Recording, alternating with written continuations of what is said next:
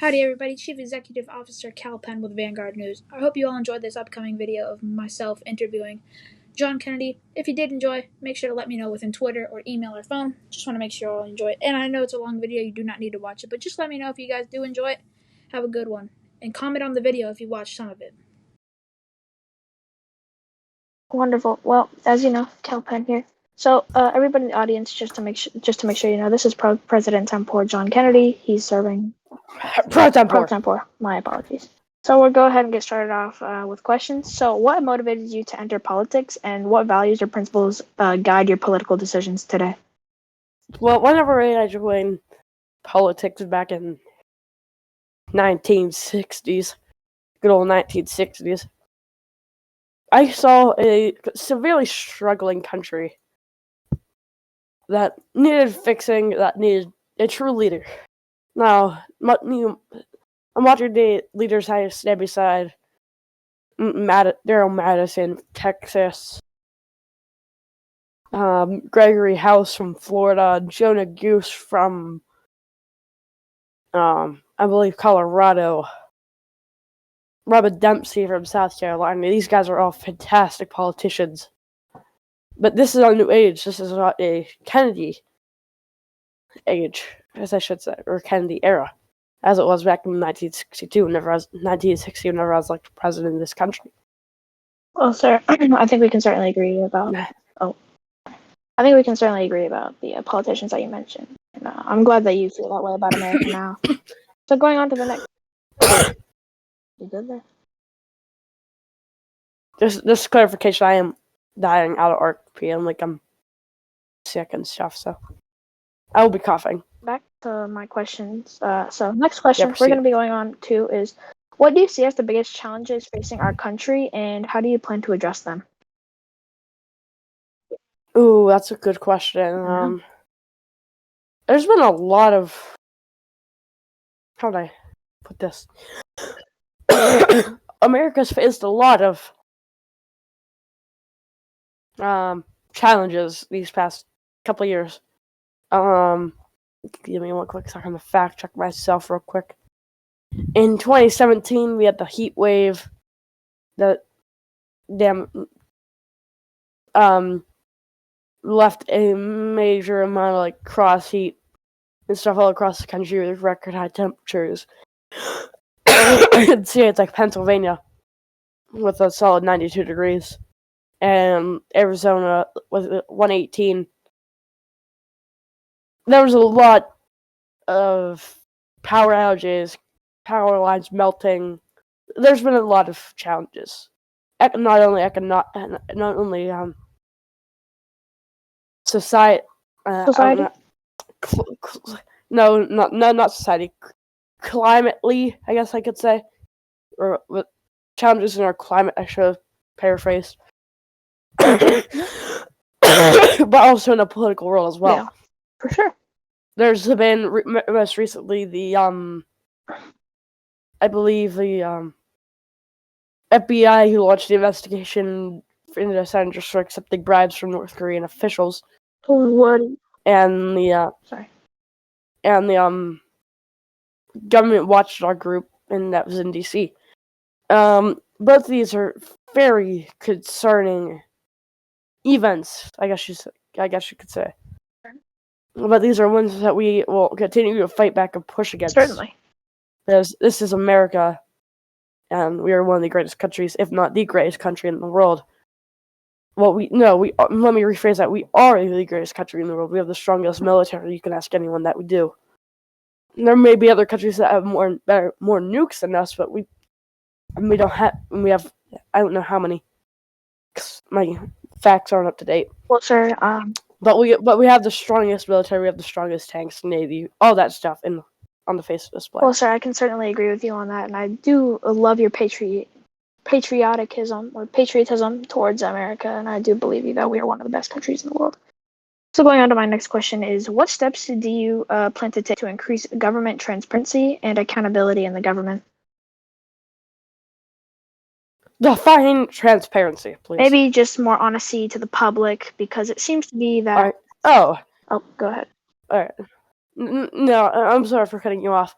Oh, no worries. Well, basically, And what I mean by transparency is just, honesty, maybe more Mhm. information to the public, because it seems to be that some of the stuff that we as citizens want to know is hidden. I thank you for clarifying that. I generally think that the Dempsey administration is one of the best that we've had in a generally long time since. Let's see here. Since the Mike Pence, even the Dan Sullivan and President Barrett days back, who knows how long ago. There's been a great many presidents that have served their time, left a significant impact on this very well done country. And I think as we progress, there's more and more honesty. Now, you guys have to understand that there is not a lot that the government could say or government officials could say without genuinely getting in trouble. Of course. Now, just to clarify this, I'm governor of the East. Now I understand that I've not done a lot. I've only done one or two things since I was elected in 2015. I've only done one government order, and that was to allow citizens to get their driver's permit at 15. Because now, excuse me, viral issues. That isn't. I can't say it's not. It's one of my top concerns, but leading the Senate, make sure getting the Senate's job done, is also one of the many big issues. And I've had not the smoothest PPT history, but one of the best. Excuse me. I think that you're very correct about all of what you just said, and we do appreciate your work in the PPT chair. We've had a great deal of many good PPTs, but in my eyes, the past few, I don't want to shamble anyone, but Jacob Dixie and John McCain, they weren't the best. But I've been a senator for a very long time, and I don't want to shamble anyone, but I don't think that was the best shape that the Senate has been looked through, because my eyes, there was just a lot of chaos during those times. There was a lot. The PPT wasn't the best. He didn't really control the sessions. Now, I don't want to seem like I'm against Jacob Dixie and John McCain. May Mr. McCain rest in peace. But they was just rocky. Now, can I say the same thing about my PPT shop? Absolutely. But Mr. Penn, you've been to one or two of my sessions, and after all, they aren't the best. They most certainly aren't the worst. Ooh, let me stop you there, sir. That we've seen. Let me stop you there, sir. I do think that your Senate sessions have actually been pretty wonderful.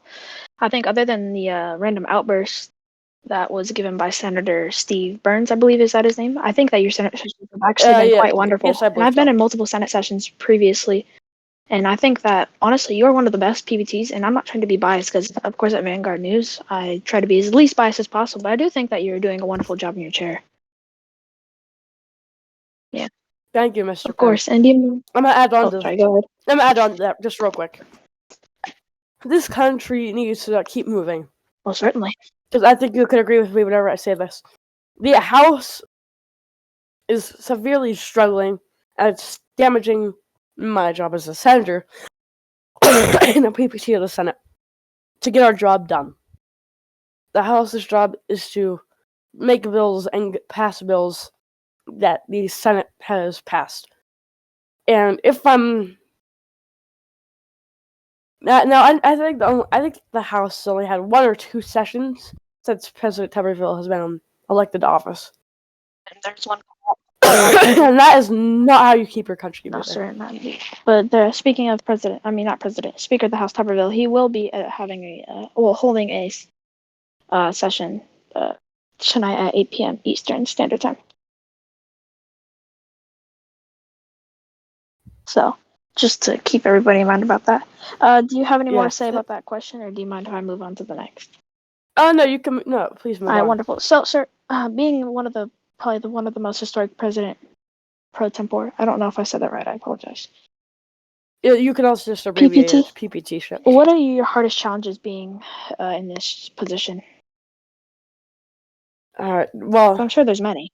I see that one of my more well-known senators, Darrell Madison, has just walked in the audience, and I think he could also barely agree with me whenever I say this. One of the hardest things in my PPT ship has really just I'm trying to think of how I should word this. You said the hardest challenges, correct? Yes, sir. Just to clarify. All right. One of the hardest challenges is really, in my eyes, really trying to promote the ways to get legislation done. Now, we've gotten a genuine, outstanding amount of bills passed, bills produced, just bills in general, passed within a number of days. I think there's only been 1 or 2 weeks where I haven't had a consistent session. And I'm going to bring up, just real quick, I hope you don't mind, I'm going to bring up Darrell, my good old friend Darrell Madison. No worries, American. See if he can give his piece American of mind. icon. So, Mr. Madison. Yes, Mr. PPT. I think you can agree with what I just said, but I also want your input. What do you think some of the biggest challenges are in the Senate chamber today? Can you repeat that question? What do you think some of the hardest challenges are in the Senate chamber today? Well, I want to say I think the hardest challenge we have had was definitely some of the bills that have been introduced have been. There's been a couple of bipartisan bills supported, and we thank everyone for that. But there's also still the fact of there's very conservative bills being introduced, there's very liberal bills being introduced. And I think we can't really expect that not to happen. And I know I shouldn't be preaching this because I am one that introduced the Second Amendment Protection Act, which passed the Senate but failed the House. But at the same time, we just need to make sure that we are having civil discussion and civil debates instead of screaming and arguing with people, which has happened out a couple times in the Senate floor where we've been screaming and arguing, and I have told everyone to shut the hell up. But yeah, I think it's just the arguing. Yeah. Thank you, Mr. Madison. And Thank you, sir. I can genuinely agree with you. That is probably one of the hardest things in my job. Most recently, Senator Burns trying to get him to let me quote you, shut up. I think we can all agree that whenever he's asking the questions to Mr. Penn over here about his Attorney General, that his questions are severely out of line, and they were strictly unprofessional, and that should not be accepted. Well, I appreciate you coming up here, Mr. Madison. And do you mind if we move on to the next question, sir? Yes, thank you, Mr. Wonderful. Madison. So, being PPT for your duration of time, what have you learned the most about this position and maybe the politicians that you work with? Oh, I think what I've learned is that not everyone comes from the genuinely same place. Of course. I guess you could say. Let's see, Mr. Wait, let me think of someone I can name drop randomly here. Mr. Mays was, in my eyes, a semi-troubled man. Some days he was out of line, some days he was actually a fairly good senator. But I think that not everyone has the same patience, decency, I guess you could say. Sir. And can you repeat the second part of that question, Well, please? I guess what I have the question off of my screen now, but I was curious is like, what are the biggest not challenges? Sorry, what have you learned the most about just your position overall, and what have you also learned about maybe just the people that you work with? Okay. All right. So, So I went to the second part, not the first part. Thank you. I guess you could say like it's definitely not the easiest position, but it's not the hardest. I mean, it's hard. Just like now, I'm gonna sound like this is a piece of cake, but it's really not. The hardest part's really just trying to get in the chamber, get in the chair once or twice a week, go over some bills, and get out of there within a couple hours. It's not everyone wants to spend their time a session for more than 3-4 hours straight with no breaks, this is also probably one thing that probably damages me as a politician, but I want to get in there and I want to get the job done. I don't really usually go on 5-minute, 10-minute recesses because it's just not my style. You can ask Mr. Madison that I think I've only had to reconvene once or twice because of chaos within my chamber. Other than that, it's kind of been smooth sailing. No, it hasn't been officially smooth sailing. What are we asking me? But that was rhetorical. That was on me. Alrighty, sir. Sorry about that. No, you're good. You're good. Trying to think what else I could add on here. I think you explained it pretty well. I just like to get the job done. So, certainly, Very and I much. think it's shown during your duration of time in this position. So moving on to the next question, what advice do you have to your future PPTs? Well, the advice here is if you don't like something, well, I actually have 2 pieces. If you have something in mind that you want to change, and it's strictly on you to change it. Not everything's going to go your way as a PPT. Not everything's going to go your senator's way.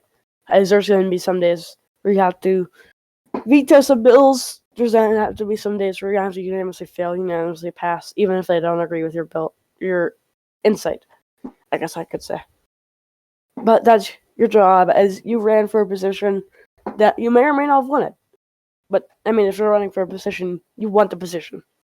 You want to make a change. And it's your job to make that happen. Another piece of advice is just get the job done. Now, the best way to my eyes to get the job done is to I recently implemented this, what I like to call the 3-strike system, where if you get 3 strikes in a Senate session, then I have one of my 2 sergeant norms I'm going to be announced pretty soon. Once I get the chance to sit down and talk with both of them. Is that, well, let me kind of think of how I want to put this. There's always have control in your sessions. Of course. Always maintain that peace. Maintain that fluency, I guess I could say, within your Senate sessions. The best way to do that is, in my eyes, there's 3-strike system, which I recently implemented. Wonderful. You speak out once and you argue once. That's a 1 strike. You speak out a turn, or you argue again. 2, 3rd strike, you're out of my chamber. Wonderful, sir. And I think that's wonderful advice that you can give to hopefully maybe the next few PPTs that will be coming in. So a question that I was requested to ask by a very special person. This person. May I ask who requested it? I can probably not disclose that right now unless they give me permission, which I probably have to wait for that. So we'll just wait on that, and then I'll ask you this question. So, should we expect you to run again for Mr. Should we expect to see you campaigning again for PPT again? I mean, it really depends on who's running. I mean, I think that very few politicians can agree with me that there's a few people who I don't think are not. I can't say ready, but I don't think that they can maintain that fluency that I was talking about earlier in the chamber. Now, if it's someone like, say, Donald Madison, who runs, then I'm probably not going to run it, because I've seen what Donald Madison can do, and I've seen how good of a senator and how good of a politician he is. And I wouldn't mind serving under him. I wouldn't mind producing legislation for someone like him. He's a good politician, and he probably always will be. He's one of the best politicians I think I've ever met in my political career. And he'll probably stay that way. Well, sir, I think that... Now, if it's someone like, I hate the name drop, but Peter Russo, I'm going to run. And now I'm all for bipartisanship. But when it's someone like Peter Russo that comes in and tries to destroy that bipartisanship some days, So if it's someone like them that I'm gonna have to go run against, absolutely, you can count on me placing my bet. So I think that was very nice about what you said about Mr. Madison, and I hope we do get to see you running again for this position. So back to my question that I asked previously, this user does not want their name to be dropped. Would you still be comfortable answering the question? Sure. Alright, so this person asked how they what are your thoughts about the 25th Amendment? The amendment to it? Yeah. Yes, sir.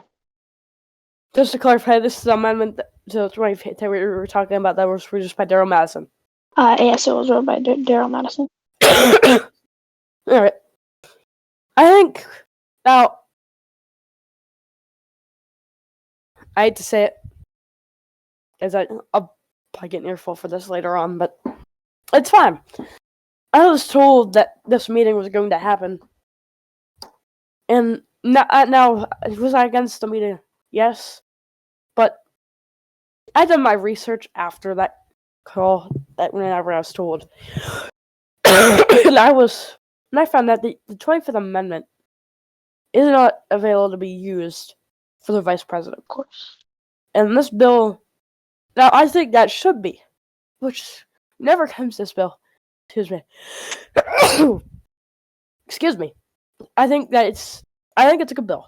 I think it's a good amendment, and I hope it passes whenever it comes to the House later tonight. Whenever they have their session, whenever they go for their mountain of bills that we've sent to them over the past couple weeks. I liked that amendment. I supported it. I believe. Well, sir. I don't remember exactly why I voted, but I believe I did vote in favor of it. Wonderful. In the recent Senate session on the 7th of this month. Well, sir, I hate to. So I did support it, and I thought it was I outstanding. hate to stop you there, but I do have to go in real life, and I do deeply appreciate you coming out here, and I do appreciate all the supporters of Vanguard News who also came out to listen to Mr. PPT talk. And that's it for me. Yeah, Mr. PPT, do you have any more words to say? It's a time for greatness, people. Don't mess it up. Wonderful. Well, that's all I have. Thank you, sir. No problem.